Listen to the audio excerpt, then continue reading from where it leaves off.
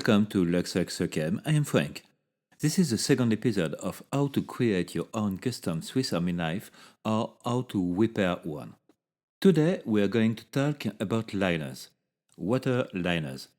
They are the aluminum plates that separate the different tool layers and are also found under the scales of our Swiss Army knives.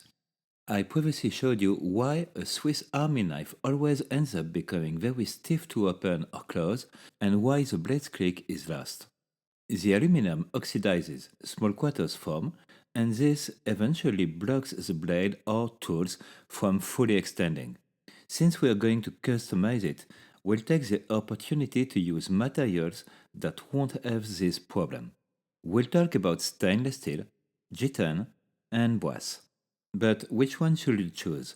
Depending on your tools, your experience, and your preferences, you have several options.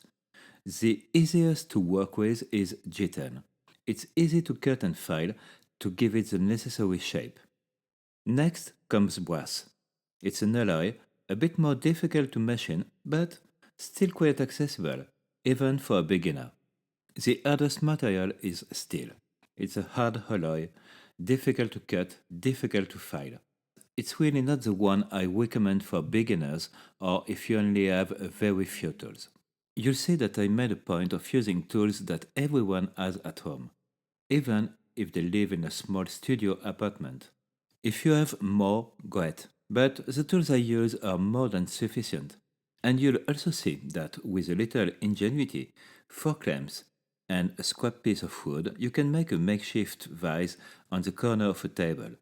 Once again, take care of yourself and protect yourself. Wear gloves, safety glasses, earplugs, and a respirator, or work outside. Dust is really bad for your lungs. You can burn yourself, cut yourself, or get a splinter in your eye. Protect yourself, don't do what I did. A quick note before we begin. If you look closely at a Victorinox Swiss Army knife, you'll see that the different liners aren't all the same thickness. Some are 1 mm thick, others are 0.8 mm, and still others are 0.6 mm. Why? I don't know, but if any of you do, I'd love to hear the answer in the comments. I use the Dremel a lot with reinforced cutting disc or small adhesive drums of various sizes and shapes. For cutting, you can easily use a hacksaw, and for shaping, files work very well too. I used a large file with a coarse grit for roughing out the edges. For details and rounded edges, I will use precision round or half round files.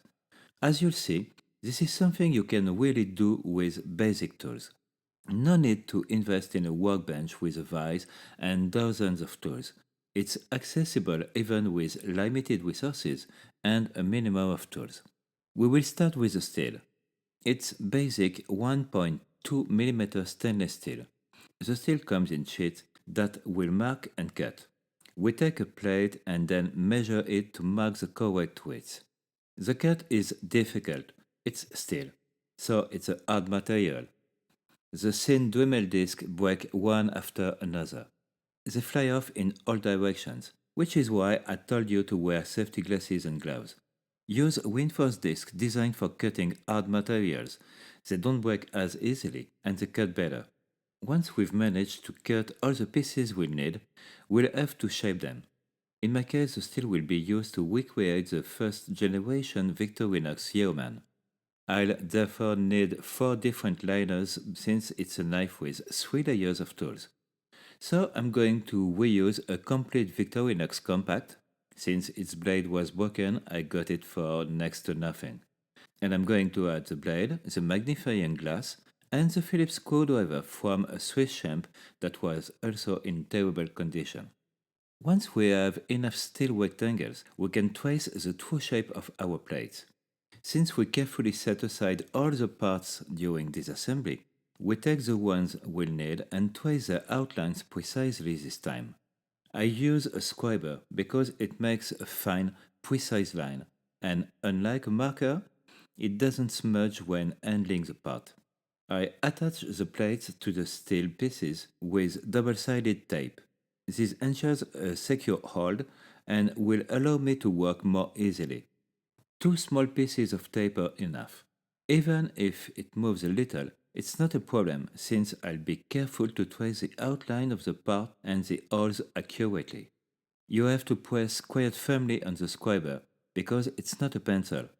In fact, it will create a sort of deep scratch that won't erase. I keep the scriber pressed against the plate to trace the outline as closely as possible. And above all, don't forget to mark the drill holes. I'm going to continue by drilling my future mounting plates. I'm not removing the templates, and I'm going to use a center punch to mark the metal. It's not mandatory, but it will simplify the work by making it easier to center the drill bit properly. And above all, it prevents slippage since it will create a pilot hole. On steel, I won't lie, you have to really go for it so the center punch mark is clearly visible and you have that mark while you position the drill bit. Remember that the drill holes are 2 different diameters, 2.2 mm for the center holes and 2.5 mm for the opposite holes. So we attach the drill bit to the drill and drill slowly. Before starting the motor, we make sure we are properly aligned with the pilot hole we just made.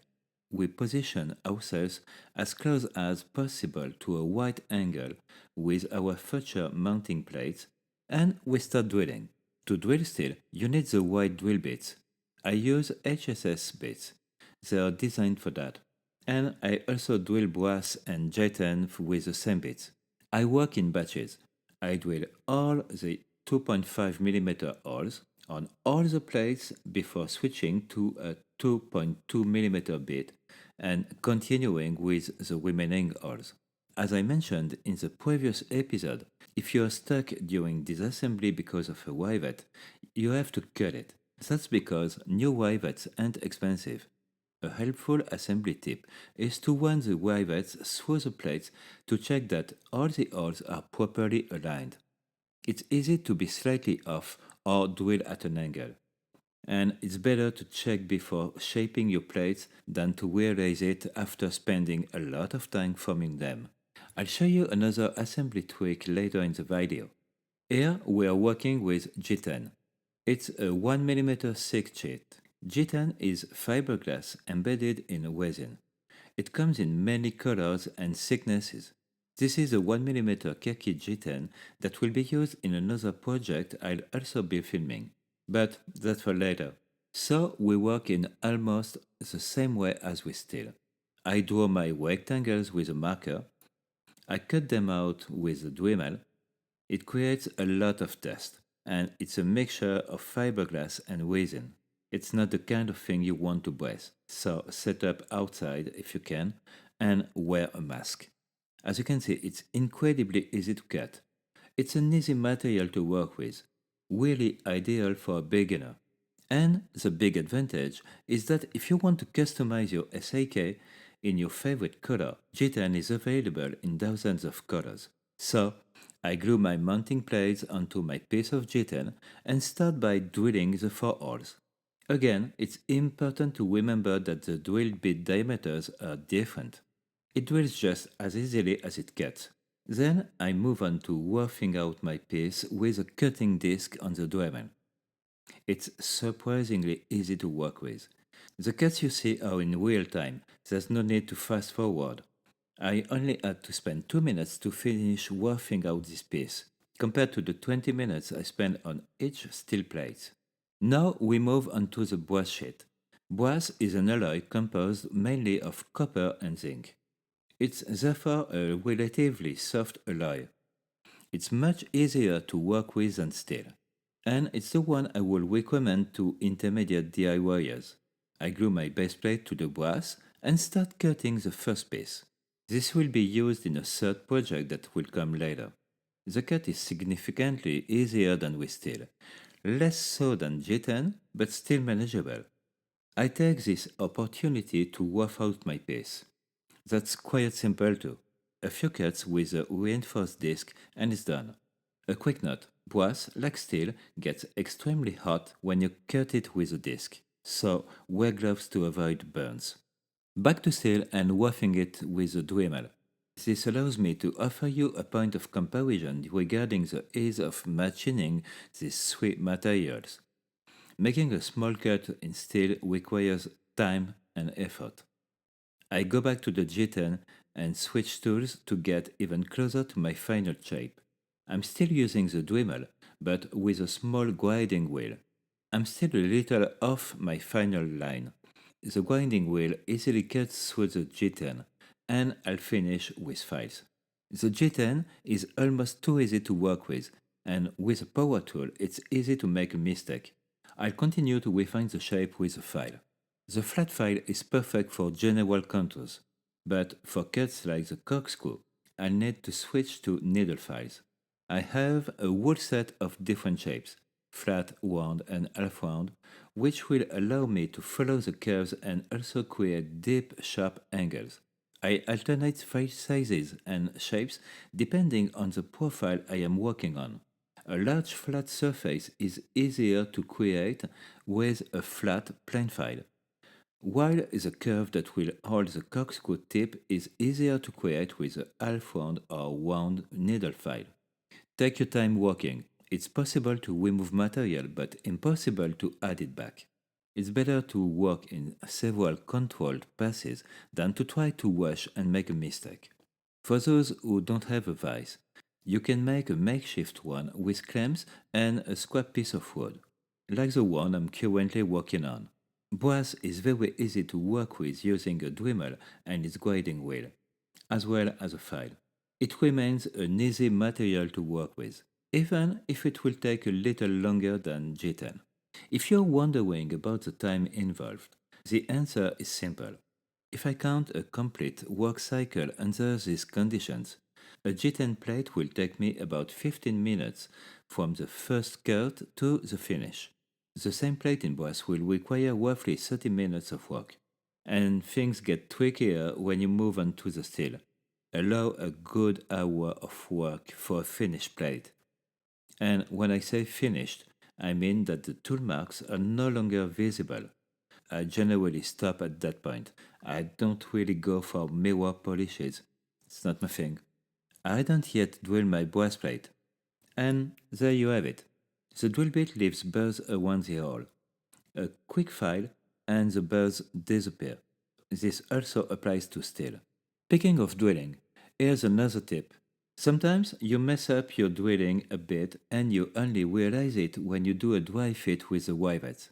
That's why it's important to do this dry fit fairly early in the process.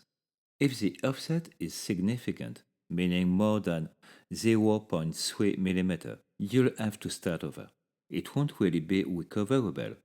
However, if it's less than that, simply take your drill with the correct drill bit and essentially redrill. Insert the drill bit and rotate it slightly in the hole, playing with the drill, but of course at a reduced speed. This allows you to gain a tiny bit, perhaps a tenth of a millimeter. The other solution is to do the same thing while applying slight pressure in one direction. This allows you to shift, so to speak, the center of the hole. Of course, you shouldn't expect to gain much, but it can save a plate if the offset is very slight. Returning to our future steel plate, as you can see, filing or using a cutting disc allows you to give the desired shape to our steel sheet, but it takes considerably more time. Steel is difficult to work with due to its hardness. The reinforced cutting disc saves a lot of time, but it's still by far the most difficult material to work with. It's a painstaking process. We gain almost millimeter by millimeter. So I'm going to continue working on my steel plates to prepare the video about assembly. In the next video in the series, we'll talk about tool compatibility on the same spring and the mixing possibilities available to us. We'll also discuss simpler methods to get beautiful plates and the availability of certain wear tools. I hope you enjoyed this video. Don't hesitate to subscribe to see what's next. Please give it a thumbs up if you liked it. And feel free to ask your questions in the comments. I try to answer them all. Thank you for liking, sharing and commenting. It really helps out the channel to grow. Thank you for watching. I am still Frank and you're still watching Lux Lux Lucem. Take care and see you soon.